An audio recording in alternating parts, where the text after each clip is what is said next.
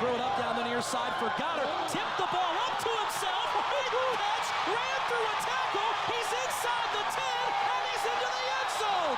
Touchdown, South Dakota State. Williams in motion left to right. Baker will give it to Javon Williams. He'll try to throw back to Baker. Nothing there. Now he tries to run. Breaks a tackle. Dives for the end zone. Fumbled the football. It's picked up by the Jackrabbits. Malik Lofton, left sideline. Midfield. 40, 30, 20, 10. Touchdown, Jackrabbits. Unbelievable. Well, first off, there was barely any internet when I was in high school. That was just starting to come to be. I know it's hard to imagine that. I didn't have cell phones until I was a senior in high school either. So things have changed a little bit. It's much harder. It was much harder then. It's a little easier now. Trying to get stats. So I would actually reach out, either email or call the coaches of the teams that you're going to play and introduce myself. When I first started in college, I did high school games, and I would email the head coach of Parker or T area or whoever it would be and say, hey, I'm so-and-so, I'm broadcasting your game on Friday. Would you mind sending me your projected starters? Would you mind sending me some stats? And then would you be able to talk for 5-10 minutes at some point on the phone later this week, or even in person before the game, just to go over a few notes? Because as you talk with people, they will give you information, and not every little bit of it necessarily is stuff that you would use on the air, but maybe it's background information, or it's something that helps you frame the broadcast in a certain way. But to communicate with as many people as possible, it can be a head coach, it can be an assistant coach, it can be whomever, to find people you can talk to, those become great sources, invaluable resources. And I tried to avoid coursework as much as possible, and Storrell could probably back that up. But no, I went to school to be a journalism major. Originally, I was going to do broadcast journalism. I ended up just graduating with a regular journalism degree, because in the end, what you'll find is, as long as you get your degree, that's the most important thing. And as long as you're somewhat in the neighborhood of what you need. If you're studying chemistry your whole time and want to be a broadcaster, that's probably not a good thing. But in general, as long as you're following along with those paths, the biggest thing I would say, especially these days, and I talked a little about it when I went through all the things that I currently do, there really isn't a place right now to do one thing. If you're Joe Buck, if you're Al Michaels, you can make 6 into 7 figures, and they're making well over 7 figures, just broadcasting a football game a week. So there are a select few that get to do that. But for the most part, you've got to be able to do a variety of things. You need to know how to produce. You need to know how to direct, how to run audio cables, and be able to troubleshoot when there are issues. You need to be able to be a play-by-play or color person or do stuff on the sidelines. Be able to edit video, shoot video. To have that skill set, to be able to write, to be able to do all of those things is very important, because a Swiss Army knife, it's harder to get rid of. If you just do one thing and can't do the rest, well, now employers are having to hire multiple people to do those things. If you can do all of those things, that's why stuff you're doing right now is tremendous, getting all this experience, because you're going to be able to step in at a college level and already be ahead of the game, and then continue along that path. And when you're applying for jobs in 5, 6, 7 years, and you have all these things on your resume, that's going to put you in a very good position. Here's the thing. Most places when they hire are going to look to see, do you have a degree? You have it? Check.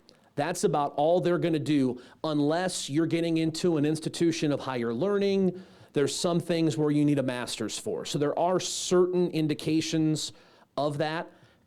The majority rule is they're going to check if you have a degree. If you do, that checks the box, and that's the end of what they're looking at. They're going to want to know, can you do it? No different than if you're getting ready to be on the basketball team. You can't just show up the first day and that's the first time you've touched the ball. You should be putting in time every day in the summer, every day in the fall, working on your skills. And the same thing here. And not every level of experience necessarily needs to be on a Midco Sports or ESPN level production. I'm not ashamed to admit I spent a lot of time in junior high and high school broadcasting games off the television in my basement On a related note, I was single the entire time. However, I did do all of that, and it was great experience. And then I got, in Pierre, we had multiple radio stations. I worked as the statistician for our play-by-play guy, and then I got to do some play-by-play and did some on-air work. So when I got into college, I had all these level of experiences already, and as a sophomore in college, I got to call Division I baseball games because I already had some background there. So the education is important. You need to do it, and it's important to learn how to study and how to prepare, because in reality, I showed you my boards for football. I look at a game like a quiz. You know it's coming at the end of the week, all right? So after a week of lectures, at the end of the week, you're gonna have a quiz. You have a general idea of certain topics that are gonna be on that quiz. But there might be some things that were just barely glossed over that's gonna be a question on there, or there might be things that a lot of time was spent on that ends up not really being a part of the quiz. You just don't know. So you have to prepare for everything. Learning to do that as a student helps you get ready to be a broadcaster. But there's no question, the most important thing is to have experience. So when you step in there, you can say, I've done all these things. That's what employers are looking for. The more experience, the better. And again, it can be on a public access broadcast. It can be doing stuff just on a web stream, radio, TV, on camera, off camera. The more you can do, the better off you'll be. We do 45-minute Zooms with each the offensive and defensive coordinators. So we meet with Jesse Bobbitt and Zach Lujan to go over our lineup, make sure our personnel, are there any changes? Did anybody get hurt? What were your thoughts on the week before? And then this game coming up, give us a breakdown on NDSU. What concerns you? What do you like about the matchup? What don't you like? And they may say something like, we think this guy is somebody we can target. We don't think he's as good as the rest of them. Well, I'm not gonna come on and say, John Smith's awful, and Zach Lujan said, we're gonna kick the crap out of him. Well, now you're a Nimrod. So what you do is if there's an opportunity where that guy gets exploited, you say the Jacks thought they would get some advantages if they could get this guy in a one-on-one scenario, and that's what happened. So it's how you frame things, and that way you're not burying the coach or calling anybody out, but you're able to use that knowledge as a way of prepping, which goes back to what I said. Sometimes your sources, it's not giving you a direct line and then repeating it, it's framing things. But I'll start my prep on Sunday. I'll update the stats for SDSU, then start to put together the two deep based on the week before the other team. And then as the week goes along, then it's digging into the bios, updating stats, trying to find news articles that have been written about teams. And sometimes it's easier than others. A team like North Dakota State, who we play tomorrow, we've played them so much. I feel like they're almost the second team I cover. So that's the other thing too, is with these boards, there's not one way to do it. I do it based on position, and I like it graphically to look good. There are people who just do it numerically, and that's good enough for them. Some like to have colors involved, some don't. Some prefer to write it out because they think that helps them memorize things. There's a million different ways to do it. Going back to what I said about the pronunciations, the most important thing is what's comfortable for you. You need to have a system that you can understand and that helps you. And it doesn't matter if I like something better than you. If you're the one doing the game and it's better for you to do it this way, where I like it that way, you do it your way. Don't do it my way. Figure out the best way to prepare yourself, and sometimes that's trial and error. I've changed my boards a lot over the years from when I started to now based upon what I find I use or don't use. So you just get comfortable in your system, and then you just start to rely on that and figure out what, again, will make you the best broadcaster you can be. What is your relationship with like the athletes of the different programs at SDSU? That's probably the best part of my job, to be honest, is it keeps me young and I get to know a lot of these kids. As a matter of fact, as an example, just yesterday, the women's basketball team was at the school that my son goes to, and they were giving high fives when he walked in. And so I told him, we got to get going. The women's basketball team is there. And he asked, well, is so-and-so going to be there? Is so-and-so going to be there? And then I got to text them later and say, hey, just so you know, you're making an impact on a 9-year-old's life beyond just everything else.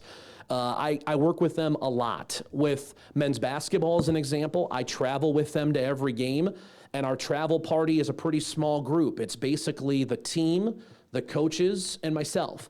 So I get to know them very well, and I'm involved in a lot of the things that they do, and when they come back, they'll stop by my office and say hi, or they'll walk to the coaches' offices because they've got a meeting, and they'll pop in just to see what's going on. So I get to know them very well. Some of the other sports, it can be hit and miss just because, like, for instance, with football, there's so many student athletes, it's hard to get to know all of them. So there's some that I know fairly well and some that you help out with things here and there. As an example, the relationships, over a decade ago, Blake Trinan was a pitcher for us here at South Dakota State, pitched 2 years for us. Got to know him well, traveling with him, calling games. He's back in town this weekend. It's first time Trinan's been here in almost a decade. For those that don't know, Trinan's been an all-star major league pitcher, and he's been with a variety of teams, Oakland and Los Angeles, just to name a couple. Well, Blake's back in town this week, so we were chatting for a few minutes after he got out of his meeting with the athletic director about people that we knew, and so just got this job and this wedding. And So when you were just starting to call games, how did you make sure to stay unbiased? Probably didn't. Some of it, again, is who are you broadcasting for? Who's your audience, right? If I'm doing a Jackrabbit football game on the Jackrabbit Sports Network, 99.9% of the people listening are rooting for who? The Jackrabbits. So you can be a little more just open to that fact. The one thing I will say about that part of it, and there are people, some of whom I consider friends in the business, who violate this, and it drives me up a wall. If you remember anything from what I say here, this goes beyond broadcasting, it works in life too, but specifically in broadcasting, remember this. Credibility takes years to build up and seconds to ruin. As an example, if you're listening to me call a basketball game involving the Jackrabbits, and every time a foul is called, if I go on a 30-second rant about how in the world could that foul be called, it's the worst call ever, these officials are awful. Well, if there actually is a big call at the end of the game and the officials miss it, and I start complaining, how do you know? Because every time there's been a foul, I've complained about it, right? So you have no idea whether that's actually a legitimate foul or not, where if there's a foul on SDSU and I go, well, the fans are upset, but you know what? You watch the replay, he was moving, he wasn't set, that's clearly a foul on the Jacks. So if I do that, then all of a sudden when there is a really bad call and I question it, I don't have to say it's an awful call. I can mildly question it, and people will say, he usually doesn't say anything about the officials, and he wondered about that. There must be something to that. So you need to know your audience and you need to be credible. And that goes back to, again, somebody gets hurt, don't guess what the problem is. Just state what you know. Facts will never lead you astray as a broadcaster. Last question. Who wants to get this last one here? Who's got it? I think you do, Storo. I think you got it. We were wondering with the recent vacancy with the Minnesota Twins if there's been any dialogue yet. My agent says I can neither confirm nor deny anything, Storo.